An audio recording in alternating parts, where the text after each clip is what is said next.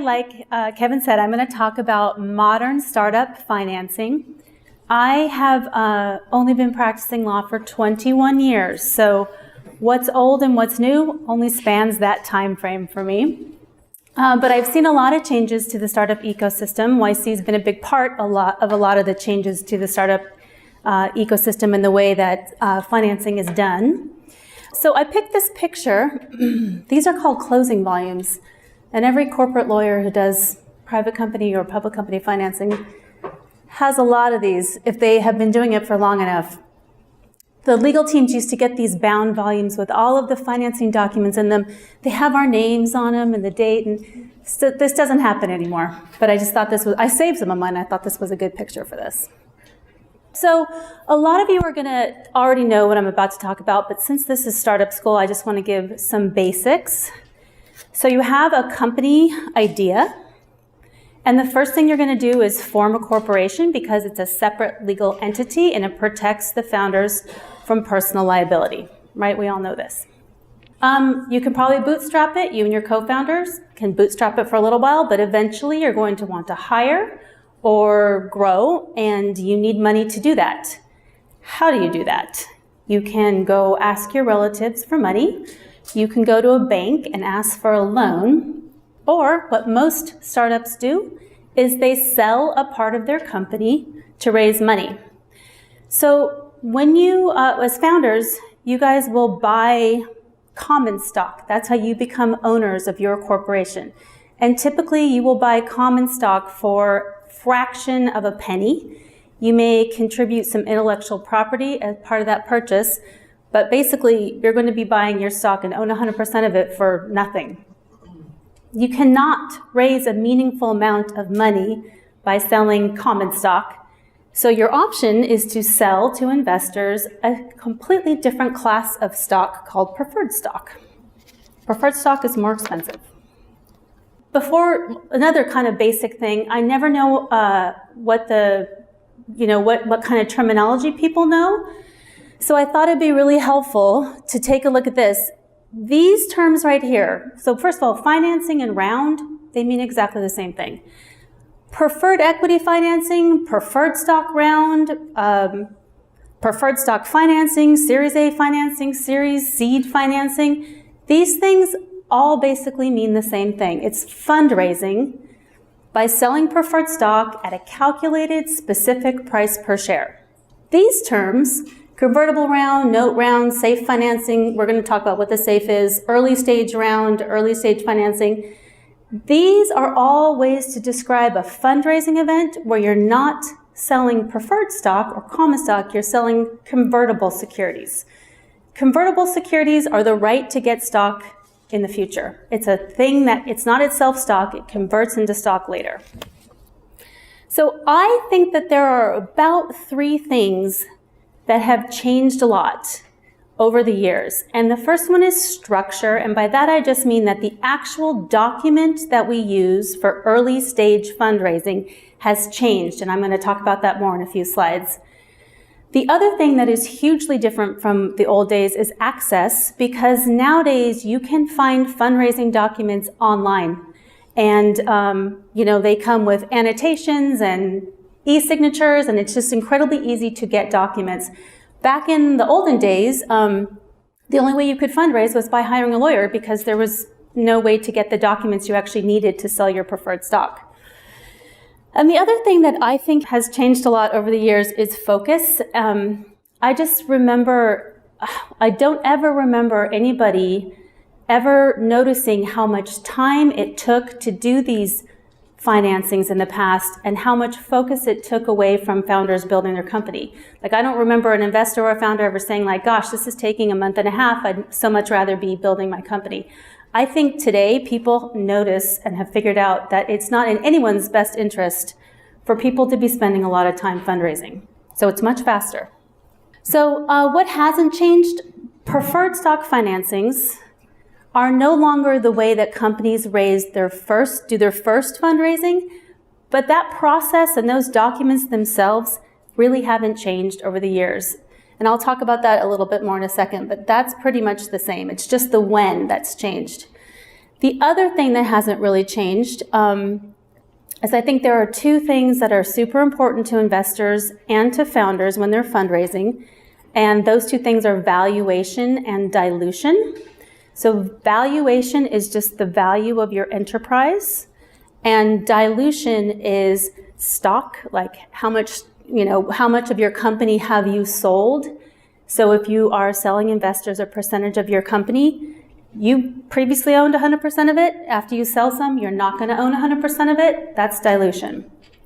And then the last thing I just really wanted to add in here, because I think it's really important to get this point across to people who are starting startups.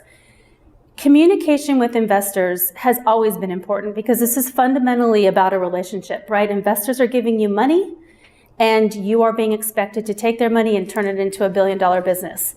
Whether or not you are succeeding or failing at that endeavor is so critical to communicate with your investors about that.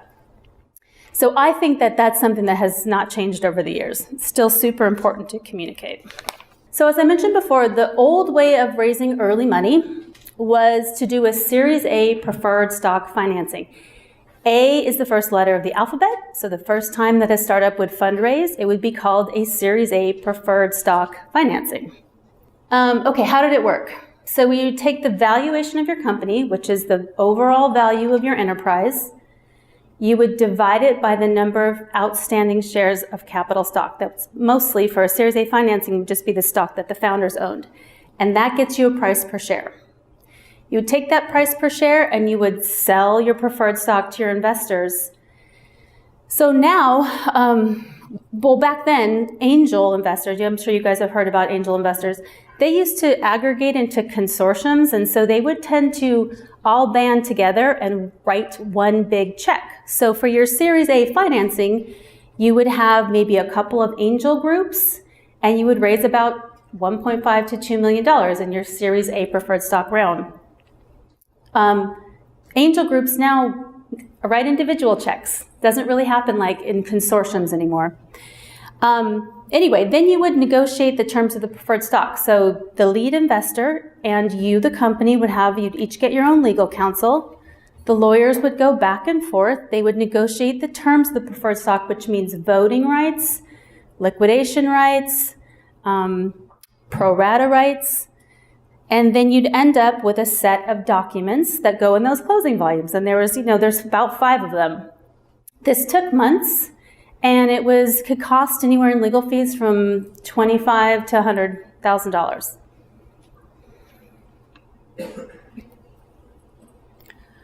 Okay, so what's broken about that? Well, that's pretty elaborate, right? It takes a long time.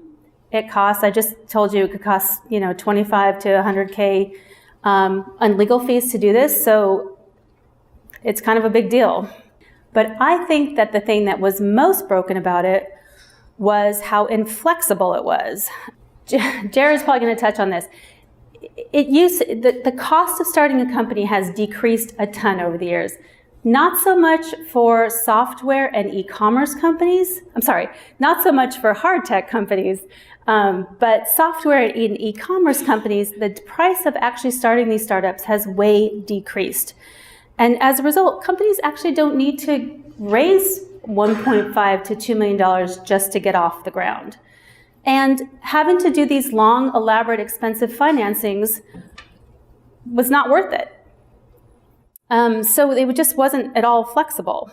So when a company would do a big Series A round for its first round, and then it was waiting to do its Series B financing, sometimes it would run out of money in between. And so oftentimes the company would then go to its lead investor in their Series A financing, and they would ask for a bridge loan.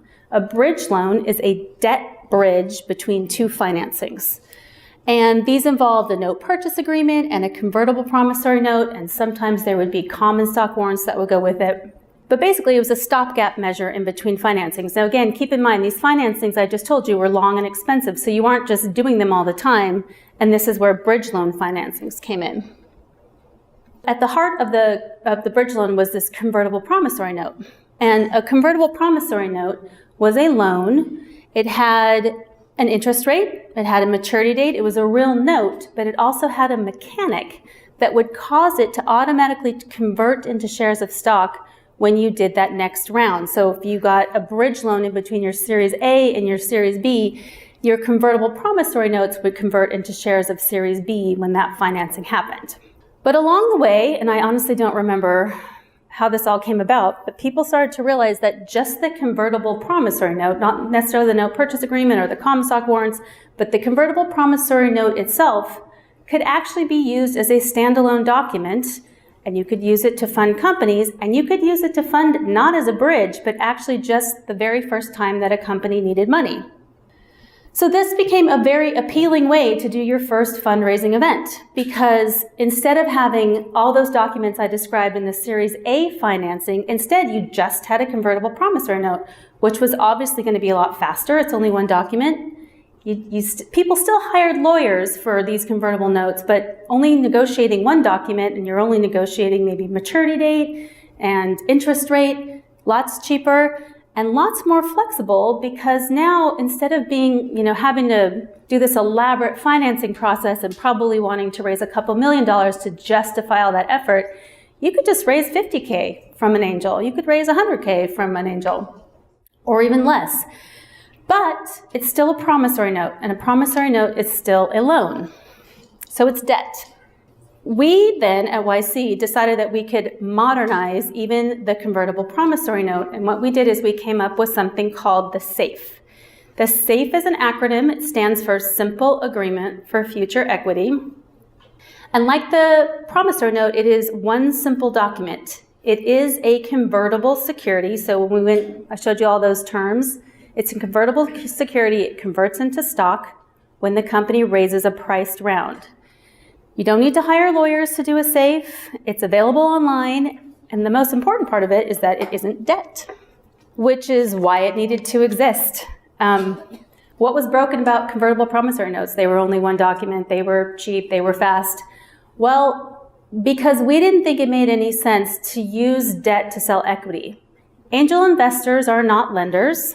And startups don't really want to be borrowers, right? The whole point of taking someone's $50K and turning it into $1 billion is those investors want to be stockholders, and startups don't want to be thinking about accruing interest or, when is their note going to be due.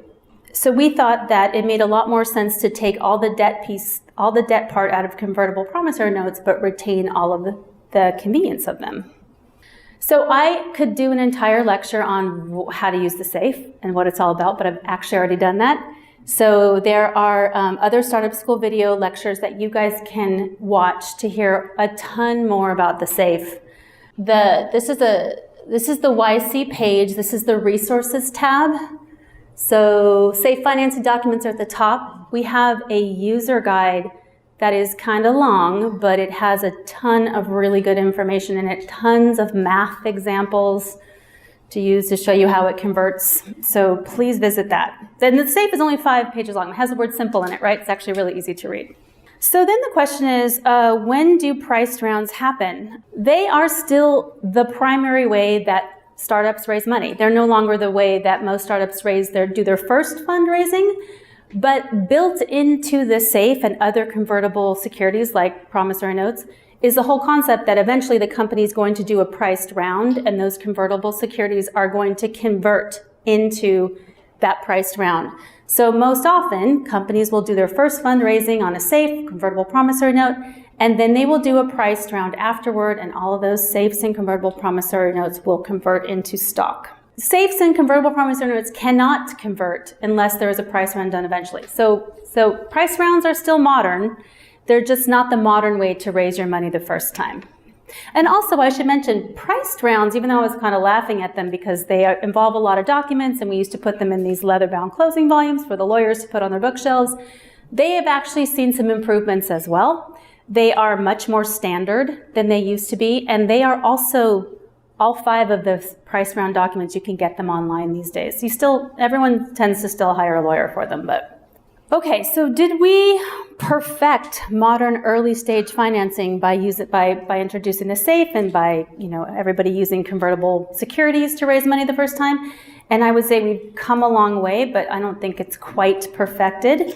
And the reason is because I mentioned dilution a few minutes ago.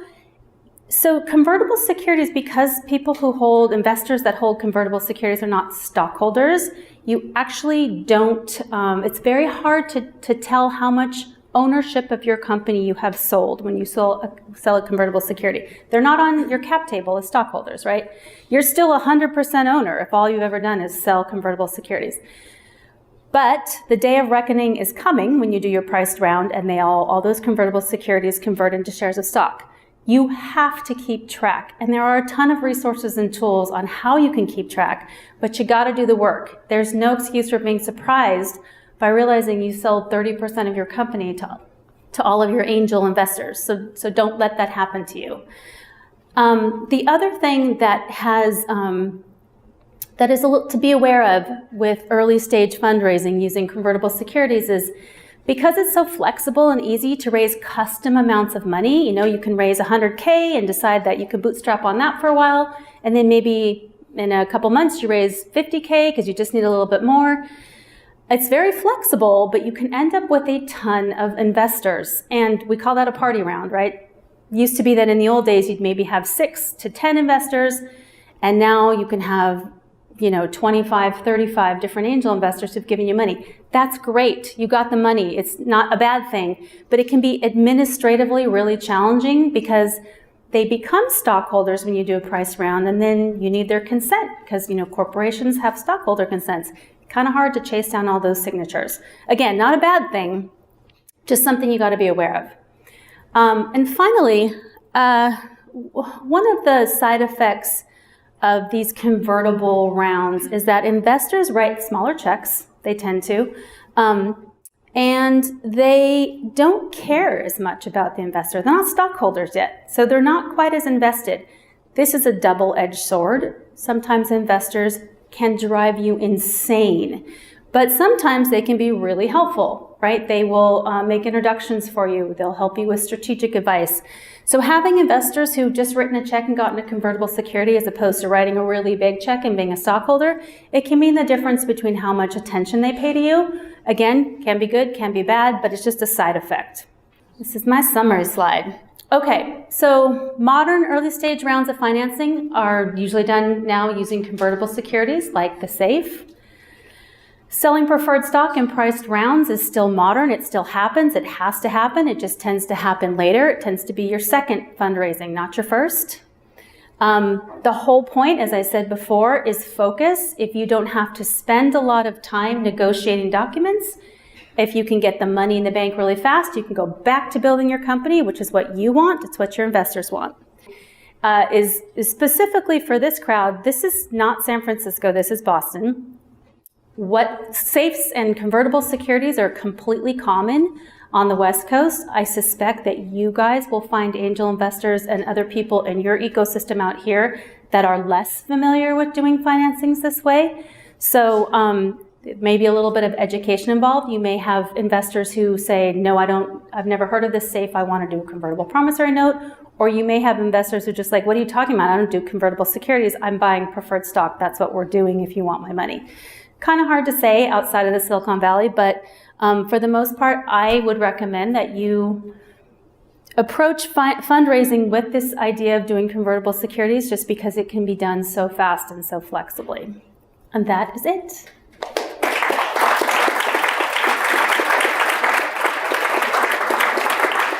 Do you want me to do questions? Okay. How many?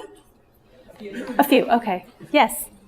So when you're taking those checks early on and they're smaller for the investors, does that have any impact as you start to go down the road in the future in fundraising rounds with respect to the way VCs might look at that? So I do not think, repeat the question, it's long. Okay, so if you take small checks from angel investors to do your early fundraising, do VCs look at that in a negative light when you go to them to do your priced round? I would say no, they don't. I mean, you've taken small amounts of money, you've gotten X far, right? Like you've hit all these milestones, you're now going to VCs and saying, please do my priced round.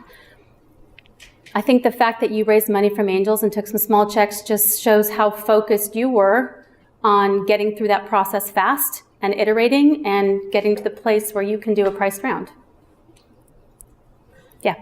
Maybe building a little off the smaller check, but do you ever recommend something like equity crowdfunding? So using regulation crowdfunding like Reg for C? YC companies? Yeah. Great question. You know, I thought that was super interesting since I've been practicing for 21 years. Like, that's a huge change, right? And oh, I'm sorry. Yeah. Okay. He was wondering about crowdfunding. So they changed. So the SEC changed the rules. You can now actually generally solicit and have your company be crowdfunded, where actual strangers can buy your equity. It has a lot of rules and regulations around it. I feel like it's still in the testing phase. Like, no YC company, to my knowledge, has done that yet. So I don't have any personal experience with it. Mike died. But I know some companies have done it, and it would be really interesting to go online and see if you can get like download from law firms that have helped with those crowdfunding initiatives to see kind of what the pros and cons were. Okay, yeah. So according to the current safe terms, what happens if the company doesn't raise the following round? I heard that there is a company didn't raise the fund, so the conversion didn't happen. Okay, so that's a great question. So he is wondering what happens if you never do a price round. You've sold a bunch of safes to investors. The safe only converts in the event that you raise a priced round, your company gets sold, or you go public. And there is absolutely this concept that, well, what if my company just putters along and never needs to raise any more money? That is what I call a corner case, and my whole point in drafting the safe was to keep it simple. So I specifically did not try to capture every corner case that's out there. It is exceedingly rare for a company to be able to take a tiny amount of money that it raises from its safe holders and then go on and never need to. I'm not saying it couldn't happen, but it's pretty rare. Because there's going to be in a liquidity. I mean, the founders want liquidity too, right? So how are the founders ever going to get liquidity if they don't sell or go public or, raise more money? So yes, of course. And some, you will surely meet some investors who raise that exact point. Well, with promissory notes, at least it was debt. It could be repaid. They knew they were going to get their money back. That's not true with the safe. But again, it's a gamble. It's like, investor, do you want to buy a piece of my company? This is how you can do it.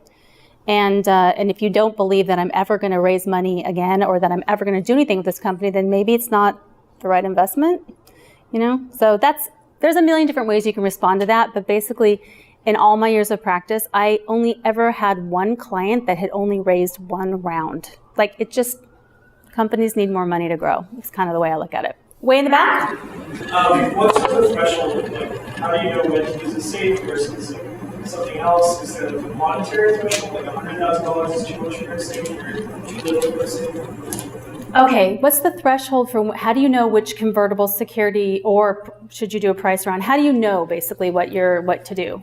I'm glad you asked that question, because I wanted to make this point and forgot. If a VC wants to give you $5 million as your very first fundraise, do it. I'm not sitting here saying you should never do a price round for your first fundraising event. Absolutely. So if someone wants you to do a priced round and it makes sense for your company, valuation-wise, dilution-wise, money-raising-wise, do it. Otherwise, it does not matter how much you're raising on convertible securities. It's about what you're comfortable with, and it's about tracking dilution, right? How much are you actually selling? We had a YC company that did a $50 million safe, and I almost choked because I was like, I didn't build it for that. It's a very simple document. It made me nervous thinking about it, but it's fine. It worked. It's fine. So it kind of depends on what your investors want to do with you. Again, you need their money. So if they really, really want to do convertible promissory notes, and that's how you're going to get to the next milestone, and you need that money, take it, right? It's better than dying. But, should you not do a safe just because someone wants to do a $500,000? Do a $500,000 safe. It's fine. Just, again, track the dilution. Yeah. What are the key terms of a safe that should be negotiated? Oh, I'm glad you asked that. Again, this is all in that other lecture, but because you asked, he wanted to know what the key terms of the safe are. Valuation. That's it. That's the only thing you have to negotiate in a safe. So, and that's probably, I mean, it's not an insignificant thing, right? You and your investor have to decide what valuation you're going to plop into the safe as your target valuation, and that's going to plays into the math about how it converts, and that plays into dilution too. So you do have to figure that out. And we do have a version of the safe. If you go to the resources tab, you can see all these. We do have a version of the safe that doesn't actually even have a valuation in there. So in theory, you could even get away with not even negotiating a valuation with your investors, and you could try it that way. So that's an option. But really, that's the only thing you need to negotiate. And like I said, no lawyers, because what do you need them for? Yeah? Again? Well, we have an investor, and he's strictly suggesting to add a special case in the safe. What will happen if we are not going to have pricing round in the future? Okay, so this person's investor is saying, let's add something to the safe that will address the issue of what if you never do a priced round and my safe never converts. So, sure, if that's the way you can get the money from this person and you really want this person's money and you need to do it, that's fine. You know, what the convertible promissory notes used to do is they would have a term sheet attached to them as an exhibit. And at the maturity date, the company hadn't already gotten a priced round put together with a new lead investor. That money would automatically convert on the terms that were negotiated on that term sheet. That's a route I could have taken with the safe, but honestly, that's just more stuff to negotiate, and I didn't want that to be part of the safe. So that's not, but if your investor said, let's just have this automatic conversion event, here are the terms, you can totally do that. Two more questions. Okay. Anyone else? Yes. So what would you recommend for, instead of taking on investment using a safe, for like services rendered, such as like a patent agent, for not charging us up front for the patent, but later? Okay, so his question was, what if you wanted to give, basically you're saying, what if I want to give someone equity for services rendered because I don't want to give them cash? Okay, so the safe is a weird instrument to use for that, because the safe is fundamentally like, give me the money up front, I'll give you the stock later. If you're not getting any money, if you're saying basically I'm getting my services and I'm just going to give you stock, I mean, that's probably not the way I would handle it. It's better to try to get money and then use the money to do that. Yeah, probably. I mean, I don't really think of the safe as being the thing you can use. To me, like what you're talking about is, how do I get really cheap founder-like stock to someone who's done a favor for me? And I wouldn't use the safe for that. I think there's other ways you can do that. And am I allowed to say, we're doing an AMA on Friday? Like these kinds of questions, we're going to do an AMA. I'm actually going to have my other YC legal team with me. And we can answer questions like that and give you a few more ideas, but probably not the safe for that, just to answer your question. Okay, thank you. Okay, so anyone else? We all good? All right.